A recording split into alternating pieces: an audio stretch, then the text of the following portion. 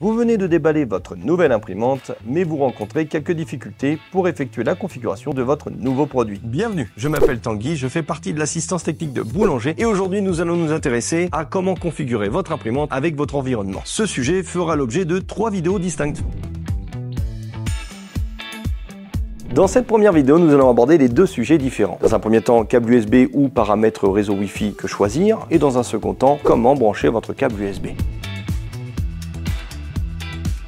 Avant même de commencer la configuration de votre imprimante, il va d'abord falloir choisir la méthode de connexion de votre appareil à votre environnement. Vous aurez bien entendu le choix entre câble USB ou configuration Wi-Fi. Avec un câble USB non fourni dans votre emballage, il ne sera donc plus nécessaire de disposer d'un routeur 4G ou d'une box internet. Si vous souhaitez cependant mettre votre imprimante sur le réseau, une box internet sera bien entendu nécessaire. Vous pouvez bien entendu cependant utiliser votre produit sans box en utilisant le Wi-Fi direct. Attention, les constructeurs ne s'engagent pas sur le bon fonctionnement de l'imprimante si celle-ci est configurée sur un réseau en partage de connexion mobile.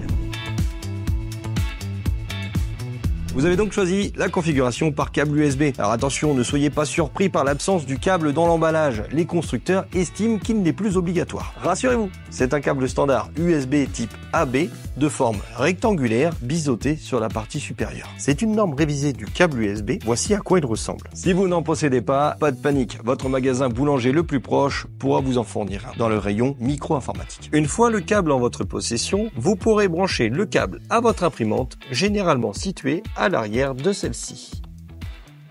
Afin d'effectuer votre première configuration, il sera nécessaire de disposer d'une connexion Internet afin de télécharger les logiciels et pilotes d'impression. En effet, il faudra s'attendre à ce que les CD d'installation ne soient plus nécessairement fournis par le constructeur. À la connexion, les deux systèmes, que cela soit Windows ou Mac, installeront automatiquement votre imprimante. Il vous sera alors proposé de télécharger les logiciels supplémentaires facultatifs qui faciliteront l'usage du produit. En fonction des constructeurs, les logiciels peuvent être différents. HP Smart pour HP, Epson Connect pour Epson et MyPrinter pour Canon. Vous pourrez retrouver bien entendu ces 3 applications sur les sites officiels des constructeurs. Nous vous avons mis bien entendu les liens ci-dessous dans la description. Mon éco-geste pour vos imprimantes. Un quart de vos documents imprimés sont très souvent destinés à la corbeille de recyclage. Plutôt que de les jeter, réutilisez-les. Vous pouvez utiliser par exemple le verso de vos documents pour les remettre dans la rame de papier. Et voilà pour la configuration par câble USB. On se donne rendez-vous dans la partie 2 et 3 de ce tutoriel pour la configuration en Wi-Fi avec ses prérequis.